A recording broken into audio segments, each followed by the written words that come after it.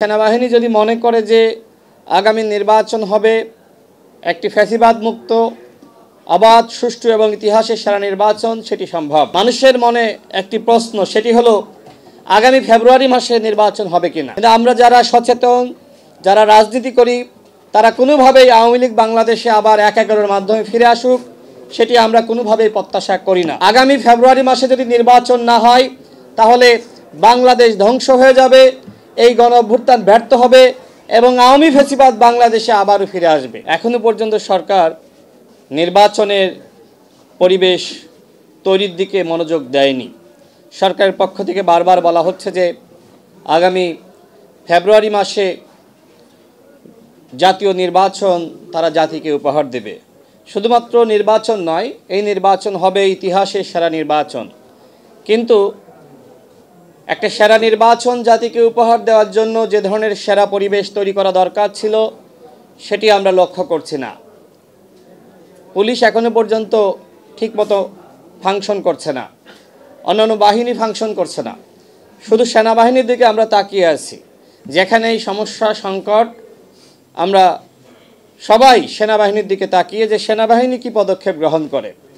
ঠিক আগামী নির্বাচনটা আমার কাছে মনে হয় যে সেনাবাহিনী যদি মাঠে সক্রিয় থাকে এবং সেনাবাহিনী যদি মনে করে যে আগামী নির্বাচন হবে একটি ফ্যাসিবাদ মুক্ত অবাধ সুষ্ঠু এবং ইতিহাসের সেরা নির্বাচন, সেটি সম্ভব। এবং একই সাথে রাজনৈতিক দলগুলোকেও নির্বাচন কমিশনকে সহযোগিতা করতে হবে। নায়াসিনামাইড ও স্যালিসাইলিক সমৃদ্ধ লিলি ফেস ওয়াশ, যা ফেসের ডেড স্কিন সেল দূর করে দেয় দ্বিগুণ ফাস্টার ব্রাইটেনিং। আমাদের দল গণ অধিকার পরিষদ আমরা সবসময় নির্বাচনের পরিবেশ তৈরির দিকে সরকারকে মনোযোগ দেওয়ার জন্য আহ্বান জানিয়েছি। কিন্তু সরকার আসলে নির্বাচনের পরিবেশটা এখনো পর্যন্ত তৈরি করছে না। যদিও সরকার বারবার জাতির সামনে তাদের যে কমিটমেন্ট, সেটি ব্যক্ত করছে যে আগামী ফেব্রুয়ারি মাসে নির্বাচন হবে, কিন্তু জনগণের মধ্যে এক ধরনের সংশয় সন্দেহ আছে।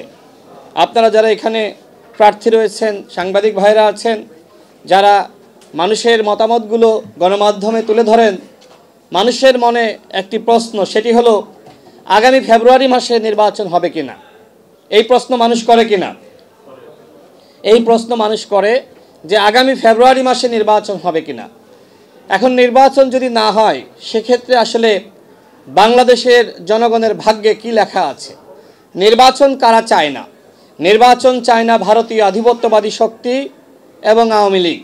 আওয়ামী লীগ মনে করে যে বাংলাদেশে যদি নির্বাচন হয়ে যায়, তাহলে তো বাংলাদেশ একটি স্বাভাবিক পথে চলতে শুরু করবে। সেক্ষেত্রে তারা চায় নির্বাচনকে বানচাল করে আরেকটি ১/১১ সৃষ্টি করতে। কিন্তু আমরা যারা সচেতন, যারা রাজনীতি করি, তারা কোনোভাবেই আওয়ামী লীগ বাংলাদেশে আবার ১/১১-এর মাধ্যমে ফিরে আসুক, সেটি আমরা কোনোভাবেই প্রত্যাশা করি না। আর এই জন্য আমাদের সবাইকে আগামী ফেব্রুয়ারি মাসে নির্বাচন আদায় করে নিতে হবে।